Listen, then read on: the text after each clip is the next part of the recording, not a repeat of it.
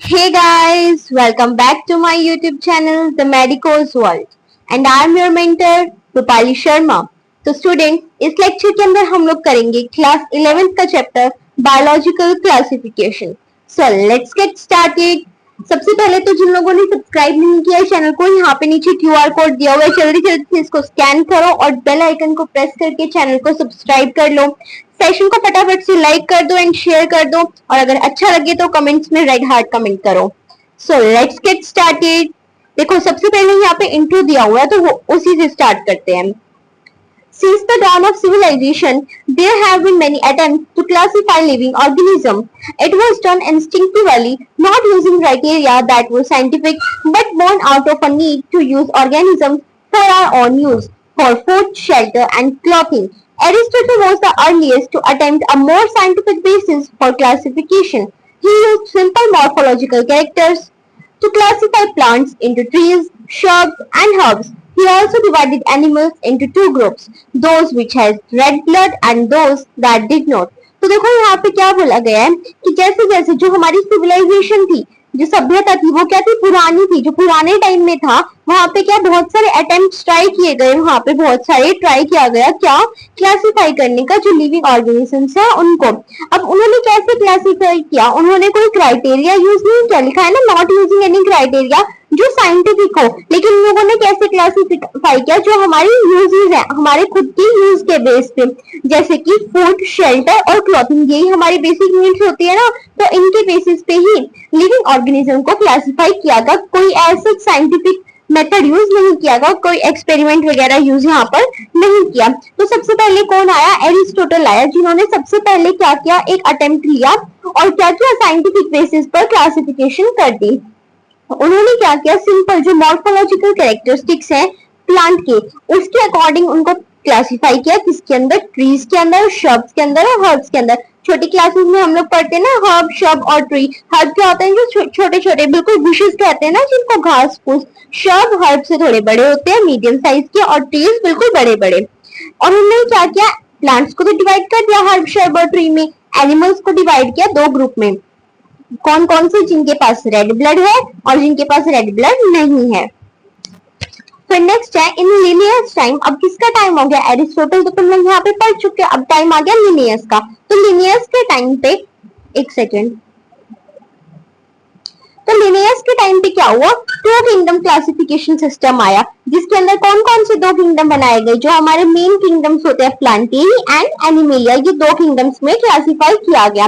Kingdom was developed that included all plants and animals respectively. तो प्लांटेरी के अंदर कौन आए, प्लांटेरी नाम में बता रहा है प्लांट्स आए, और एनिमेलिया के अंदर हमारे एनिमल्स आ गए। This system did not distinguish between the eukaryotes and prokaryotes, unicellular and multicellular organism and photosynthetic green algae and non-photosynthetic fungi organisms। अब यहाँ पे क्या बोला, जो हम लोगों ने ये टू किंगडम सिस्टम दे तो दिया लिनियस ने यहाँ पे, लेकिन ये जो सिस्टम था इसने डिफरेंशिएट नहीं किया, क्लासिफाई नहीं किया, डिफरेंस नहीं बताया किसके बीच में, यूकैरियोट और प्रोकैरियोट्स के बीच में, क्योंकि दो ही किंगडम तो हुई ना यहाँ पे, प्लांटी और एनिमेलिया। लेकिन ऑर्गेनिजम्स कितने सारे हैं, बहुत सारे ऑर्गेनिजम्स है ना, तो सबको इन दोनों किंगडम के अंदर ही सिर्फ किंगडम्स के बेसिस पे डिवाइड करना, ये तो सही बात नहीं है, क्योंकि उनके अंदर और भी तो बहुत सारे डिफरेंसेस होते हैं ना। तो जो यूकैरियोट्स और प्रोकैरियोट्स से, यूनिसेलुलर और multicellular organism, photosynthetic and non photosynthetic, ये सब क्या आ गए, एक ही किंगडम के अंदर आ गए, और इनके अंदर जो डिफरेंसेस थे वो किसने ध्यान ही नहीं दिया। Classification of organism into plants and animal was easily done and was easy to understand, but a large number of organisms did not fall into either category. Hence, the two kingdom classification used for a long time was found inadequate. अब देखो यहाँ पर क्या हुआ, हम लोगों ने ये दो किंगडम क्लासिफिकेशन तो दे दी, लेकिन जो ये हम लोगों ने क्लासिफिकेशन किया ऑर्गेनिजम्स का प्लांट और एनिमल के अंदर, वो इजीली डन तो हो गया था, आसानी से कर भी रहे थे हम लोग, और आसानी से समझ भी आ रहा था हमें कि हम क्या कर रहे हैं। लेकिन एक बहुत मास नंबर था, एक बहुत ही लार्ज नंबर ऑफ ऑर्गेनिजम्स जो थे वो क्या हो गए, वो ना तो प्लांट के अंदर आए, ना ही एनिमल के अंदर आए, वो ना प्लांट थे और ना एनिमल्स थे, तो वो किसी भी कैटेगरी के अंदर नहीं आए। इसीलिए जो ये टू किंगडम क्लासिफिकेशन सिस्टम था, ये बहुत ही लंबे टाइम तक क्या रहा, इनएडिक्वेट पाया गया कि ये काम नहीं कर सकता। Beside gross morphology, a need was also felt for including other characteristics like cell structure, nature of wall, mode of nutrition, habitat, methods of reproduction, evolutionary relationship, etc.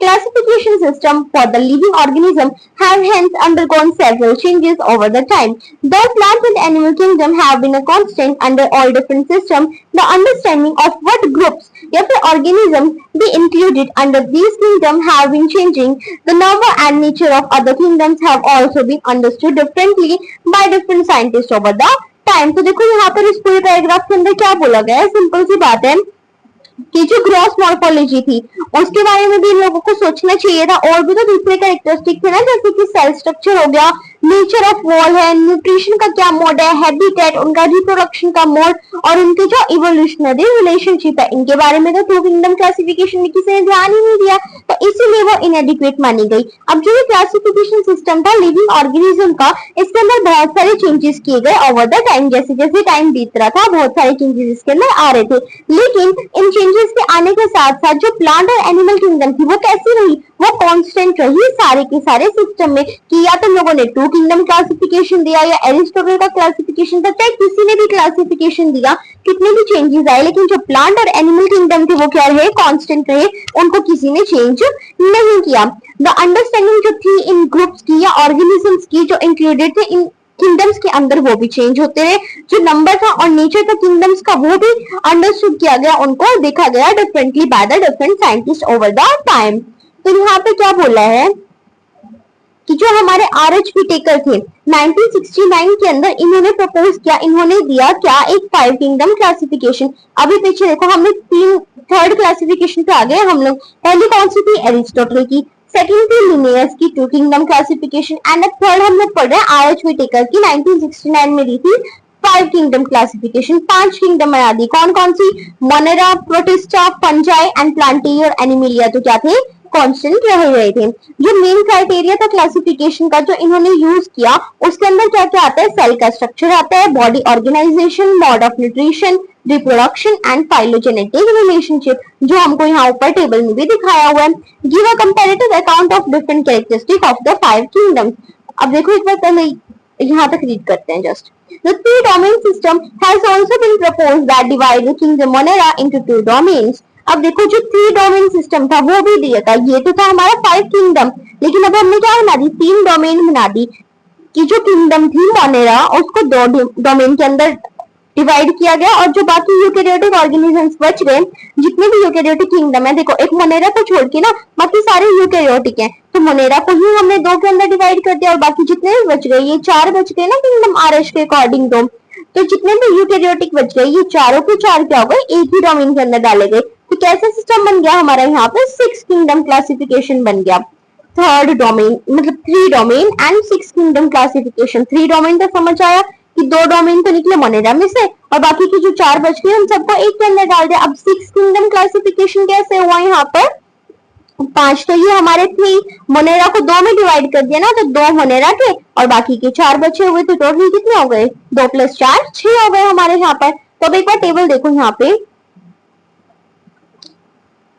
हाँ जी, सबसे पहले हमारा इस साइड दिए हुए कैरेक्टर और यहाँ पे दी हुई है हमारी कौन कौन सी किंगडम्स थी, तो Monera, protista, fungi, Plantae and Animalia. सबसे पहले हमारा सेल टाइप की, जो सेल का टाइप है वो कैसा है, सिर्फ एक मोनेरा कैसी होती है, प्रोकैरियोटिक, बाकी सारी की सारी कैसी है, यूकैरियोटिक, यानी कि मोनेरा को छोड़ के बाकी सबके अंदर वेल डिफाइंड एक सेल मेम्ब्रेन है, सेल वॉल है एंड मेम्ब्रेन बाउंड ऑर्गेनेल्स भी प्रेजेंट है, न्यूक्लियस प्रेजेंट है।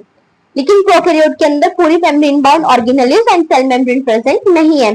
सेल वॉल कैसी है मोनेरा की, नॉन सेलुलोजिक यानी कि पॉलीसेकेराइड प्लस अमीनो एसिड के, पेप्टाइडोग्लाइकन्स भी बोलते हैं, जिसको यहाँ पे नोट कर लेना अपना, पेप्टाइडोग्लाइकन्स। अब जो प्रोटिस्टा है वो किसके अंदर, उसके अंदर जो सेल वॉल है वो कुछ कुछ के अंदर ही प्रेजेंट होती है, सारे ऑर्गेनिजम्स में प्रेजेंट नहीं है। लेकिन फंजाई में सेल वॉल किसकी मिलकर बनी होती है, काइटिन की, जो एक ऐसी सीमेंट जैसा, तुम लोगों ने कॉकरोच देखा है, कॉकरोच के ऊपर भी काइटिन की लेयर होती है। सो देखो यहाँ पर प्लांटी के अंदर, प्लांट्स के अंदर किससे मिलकर बनी होती है, सेल्यूलोज, और एनिमल या एनिमल्स में तो एब्सेंट ही होती है हमारी सेल वॉल। फिर है न्यूक्लियर मेम्ब्रेन, मोनेरा के अंदर तो मेम्ब्रेन बाउंड ऑर्गेनेल्स है ही नहीं, तो एब्सेंट, बाकी सब यूकेरियोट्स हैं तो सबके अंदर प्रेजेंट। नेक्स्ट है बॉडी ऑर्गेनाइजेशन। सबसे पहले बेसिक से शुरू करो। मोनेरा सबसे प्रिमिटिव है ना, तो बेसिक है तो सेलुलर। फिर प्रोटिस्टा नेक्स्ट ही आया जस्ट, तो इसको भी सेलुलर रख दो। फिर फंजाई, थोड़ा और इसको क्या कर दो, कॉम्प्लेक्स बना दो, यानी कि लूज टिश्यू आ जाएंगे। प्लांटेन में क्या आ जाएंगे, प्रॉपर ऑर्गन्स बनने लग जाएंगे, टिश्यूज डेवलप हो जाएंगे। एनिमलिया के अंदर तो हमारा ऑर्गन सिस्टम ही बन जाएगा, पूरा ऑर्गेनिज्म अच्छे से डेवलप कर जाएगा। नेक्स्ट है मोड ऑफ न्यूट्रिशन। हमारा मोनेरा कैसे है, हमारे ऑटोट्रोपिक है और हेटेरोट्रोपिक है, दोनों है। ऑटोट्रोपिक में क्या आ जाएगा, कीमोसिंथेटिक भी, केमिकल से भी लेते हैं, फोटोसिंथेटिक भी है, लाइट से भी लेते हैं। एंड हेटेरोट्रोपिक में क्या आ जाएगा, सेप्रोफाइटिक भी है, पैरासिटिक भी है, दूसरों की बॉडी पर भी रहते हैं। नेक्स्ट है प्रोटिस्टा कैसे है हमारे, ये भी ऑटोट्रोपिक एंड हेटेरोट्रोपिक है, लेकिन ऑटोट्रोपिक में सिर्फ फोटोसिंथेटिक है। ये भी थोड़ा ना डिफरेंस याद रखना हल्का सा दिमाग में। देखो मोनेरा के अंदर तो सब कुछ इंक्लूड कर देना। फिर नेक्स्ट हमारे फंजाई कैसे होते हैं, सेप्रोफाइटिक होते हैं, यानी कि हेटेरोट्रोपिक। एंड प्लांट्स तो तुम्हें पता ही है ऑटोट्रोपिक होते हैं, और एनिमेलिया भी हमारे हेटेरोट्रोपिक होते हैं। अब तुम कैसे लेते हो, होलोजोइक थ्रू द माउथ लेते हो ना तुम लोग, फूड अंदर अपने इंजेस्ट करते हो तो होलोजोइक। फिर नेक्स्ट है हमारा यहाँ पे, let us look at this five kingdom classification to understand the issues and consideration that influence the classification system.